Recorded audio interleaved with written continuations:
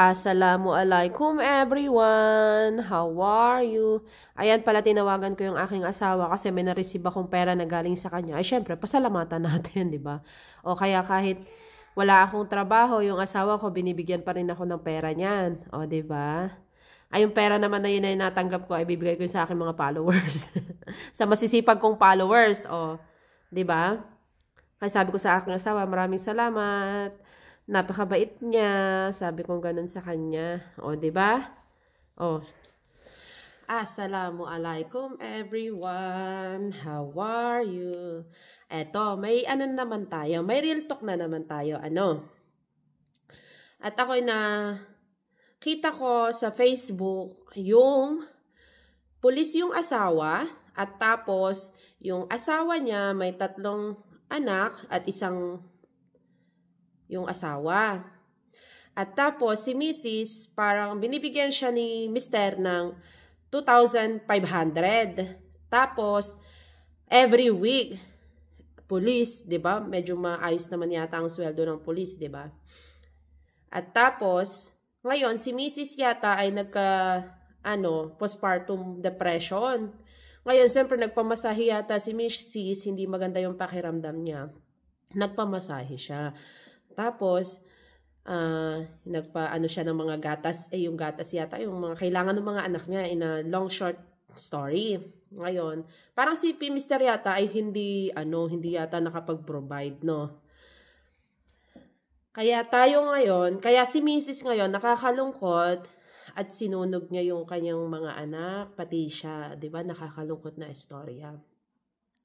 Alam niyo ba, si Mrs. hindi magkakaganyan yan kung binigyan nyo ng tamang o aruga. Alam nyo ba mga lalaki? Kung si Mrs. o kung ang kinakasama nyo ay binigyan nyo ng pahalaga, iniintindi nyo ang mga kaartihan ni Mrs., hindi magkakaganyan si Mrs. Hindi kami nag-iinarte ng wala lang. Masakit ang ulo, masakit ang katawan. Hindi yun pinag-iinarte. Gusto lang namin may makinig sa amin, diba? Para mailabas ang stress ni Mrs., ang depression ni Mrs. Kaya lang etong mga lalaki, ang sinasabi ay kaartihan ni Mrs., kaartihan ni ganon, diba? Huwag ganon. Ito number one rule sa Islam, ang lalaki, bago ikasal, bago mag-asawa, dapat may trabaho. Bakit? Kasi, kung batugan ka at mag-asawa ka, ay pahirapan mo lang yung isa pang asawahin mo, pahirapan mo lang yung isang human being, 'di ba? Na mag-suffer katulad mo. O 'di ba? Batugan ka, ano pakain mo diyan? O 'di ba? Stressin mo lang 'yan. O. 'Di ba? Huwag ganon. Kaya ayun ang number 1 rule sa Islam. Kung mag-aasawa ka, sisiguraduhin mo na maaalagaan mo siya. Kasi kukuhain mo siya sa pamilya niya eh. 'Di ba? Na kaya mo siyang buhayin. Pero hindi batugan ka eh. Oh.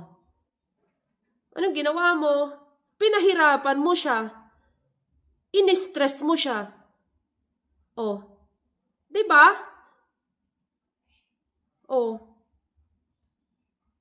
Kayong mga lalaki, hindi ko naman sa nilalahat ayusin nyo naman. Oh, ang mga alam nyo lang, mga batugan pa kayo, maglaro ng game, ano pa, maglaklak, ano pa. Kung maano-ano ka pa, mambabae ka pa lakas mo naman, pre. Oh. Huwag ganon. Pag kinuha nyo si babae sa isang pamilya, sa pamilya nila, siguraduhin nyo na mamahalin nyo siya, ibibigay nyo sa kanya lahat ng kailangan niya. Ipiprovide nyo sa kanya yung essential talaga. Huwag nyo siyang i-stressin. Kasi ang dami na talagang nangyayari na ganyan. Minsan, yung mga story na nagbigti si Mrs., binigti yung anak. Tapos, recently naman, tingnan nyo. Sinunog niya kasi baka gawa ng depression talaga Oh. 'Di ba? Kaya kayo lalaki talaga kayo, ha? Hindi ko sila nilalahat. Pero talaga, wag niyo naman kasing depression kami. Kasi iba talaga ang utak namin, alam niyo ba? Ano yan? Parang wire-wire yan. Na ang dami naming naiisip, alam niyo ba? Kasi binibigyan niyo kami ng dahilan na para mag-isip. Kung binibigyan niyo kami ng tama, kung binibigyan niyo sila ng tama, hindi sila magkakaganyan. Sabi nga, kapag si Mrs. inaalagaan ng tama, nag-glow yan. Pero, at tapos, kapag si Mrs. naman ay in-stress nyo talaga, kahit bata pa yan, ay mas matanda pa yan sa nanay nyo. Alam nyo ba?